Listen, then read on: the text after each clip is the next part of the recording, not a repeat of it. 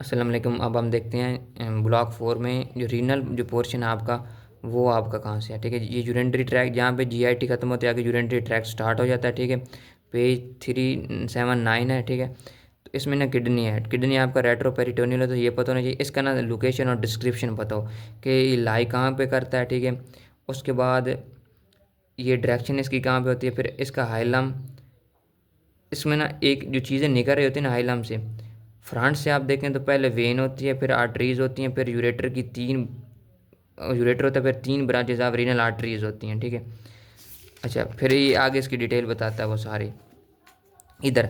अच्छा, उसके बाद सबसे जो वाइवा में और एमसीक्यूज़ में आता रहा है ना, जो चीज़ इसकी कवरिंग्स थी कि पहले सबसे बाहर कौन सी चीज़ होगी, फिर आगे क्या होगी, फिर तीसरे नंबर पे क्या होगी। तो उसने एमसीक्यूज़ बताया हुआ था इसी तरह कि सबसे आउटर मोस्ट लेयर कौन सी है, फिर सेकंड मोस्ट कौन सी है, फिर आगे कौन सी है। तो ये एमसीक्यूज़ प्रॉफ का एमसीक्यूज़ है। ठीक है, फिर ये रीनल के स्ट्रक्चर पैरामिड्स और ये मिडलरी रेज के बारे में सिंपल लिखा हुआ है। ये रीनल साइनर और रीनल पेल्विस का पता होना चाहिए आपको एमसीक्यूज़ के लिए। ठीक है, फिर इसके भी रिलेशन मैं आपको ना रिलेशन बताता हूँ। एक स्टमक के रिलेशन आपने करने हैं अच्छे से, ड्यूडिनम के रिलेशन अच्छे से करने हैं। ठीक है, उसके बाद आपने पेंक्रियाज के रिलेशन अच्छे से करने हैं, स्प्लीन के अच्छे से करने हैं, और किडनी और यूरेटर के, ये 6 चीज़ें मैंने बता रहा हूँ आपको, इसके रिलेशन आपने अच्छे से करने हैं। ठीक है, इसका भी इसी तरह एंटीरियरली और पोस्टीरियरली दोनों तरह के रिलेशन है राइट किडनी के। ठीक है, एमसीक्यूज में इसी तरह आता है एंटीरियर और पोस्टीरियर के ऑलमोस्ट सेम है। ठीक है, एंटीरियर रिलेशन चीज़ें वेरी करती हैं। इसी तरह लेफ्ट किडनी की क्वेश्चन में लिखे हुए हैं। फिर ये वाला एमसीक्यूज है, रीनल आर्टरी अराइज होती है अयोटा से at the level of second lumbar vertebra. इसलिए मैं कहता हूँ कि आपने ये लाइनें कोई भी ये लेवल्स हैं ना अच्छे से पढ़ने हैं इसके। ठीक है, तो सेकंड लंबर वर्टिब्रा पे ये रीनल आर्टरी इसमें अराइज हो रही है। फिर इसकी जो वेन होती है वो जब किस जगह पे ड्रेन होती है उसका भी पता होना चाहिए। फिर इसकी जो आर्टीरियल सप्लाई है ना आपने अच्छे से इस तरह लिख लेनी है कि अयोटा होता है। ठीक है, अयोटा से रीनल आर्टरी निकलती है from eight second number vertebra. फिर रीनल आर्टरी से 5 सेगमेंटल आर्टरी निकलती हैं जो कि हाइला में इंटर होती हैं। फिर इससे लोबार आर्टरी बनती है, वन फॉर ईच पैरामिड के लिए जा रही होती है वो।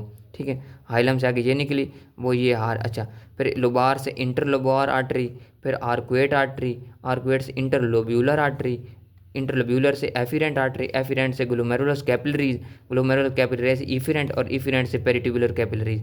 तो ये प्रॉपर एक वे आप इसी तरह बना के लिख लें तो आप ना फिर ये आपको नहीं भूलेगी। ठीक है, अच्छा उसके बाद रीनल मोबिलिटी, इसके लिए आपने क्लिनिकल पढ़ लेने हैं इसके। ठीक है, इसका जो आता है जी इम्पोर्टेंट ये वाला रीनल पेन सबसे ज़्यादा इम्पोर्टेंट है।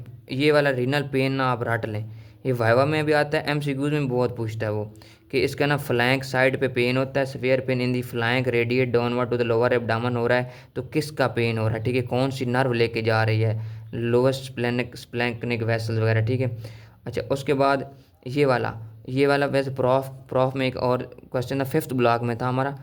जो लेफ़्ट रीनल वेन होती है रिसीव करती है left testicular vein in the male. जो टेस्टिकुलर वेन की जो वेनस ड्रेनेज होती है ना, लेफ़्ट साइड की जो टेस्टिकुलर वेन होती है लेफ़्ट रीनल वेन में जाती है। अगर ये लेफ़्ट रीनल वेन अगर ब्लॉक हो जाए ना तो लेफ़्ट साइड वैकोसील हो जाता है। तो ये क्लिनिकल नोट आप टेस्टिस वाले पोर्शन में पढ़ सकते हैं, लेकिन अब इधर बताने का ये मतलब था कि आपको पता होना चाहिए। ठीक है, उसके बाद आ जाते हैं यूरेटर। यूरेटर का ये है कि अच्छा एक और बात, ट्रांसप्लांट किडनी हम किस लोकेशन पे करते हैं, ये एमसीक्यूज में आता है। कौन से इलियक फोसा में करते हैं।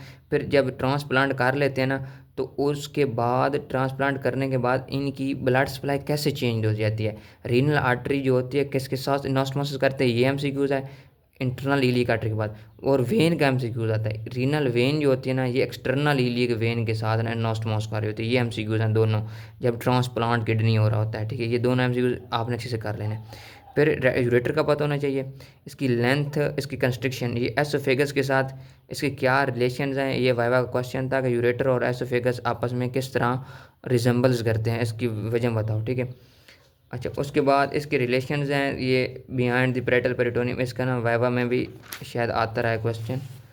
अच्छा, इसके इसके यूरेटर्स और किडनी दोनों के रिलेशन इंपॉर्टेंट है। राइट यूरेटर का अच्छे से करना है, फिर लेफ्ट यूरेटर के भी अच्छे से करना है। ठीक है, और इसका जो एमसीक्यूज आता है, अच्छा यूटेरिक स्टोन और इसका ये वाला जो है ना ये वाला पोर्शन सारा ये एमसीक्यूज के लिए इंपॉर्टेंट है। इसका जो पेन होता है वो कहाँ पे जाता है, ये वेव होते हैं, पास होती हैं टू द डाउनवर्ड एंड ये colic pain refer to skin area of the segments. अच्छा, फ्लैंक में होगा, लॉइन में, ग्रोइन में, और कभी कभी ये एमसीक्यूज में आता है when a stone lower part of ureter में जब स्टोन हो तो पेन जो होता है lower level end of refer to the testis and tip of the penis. ये एमसीक्यूज में आता है और ये ले कौन जाता है, इसके बीच में नर्व का भी लिखा होगा, जेनिटिव फ्यूमोरल नर्व। ये प्रॉफ में एमसीक्यूज था ये वाला, जेनिटिव फ्यूमोरल नर्व, ठीक है। तो ये आपने इसका पेन और यूटेरिक स्टोन अच्छे से करना है, इस तरह किडनी के लिए भी अच्छी करना है। तो ये आपका ना, अच्छा, ये आपका ऐसे ख़त्म हो चुका है जो आपका ना जीआईटी का, जीआईटी में ना रीनल पोर्शन जो था मॉड्यूल वो।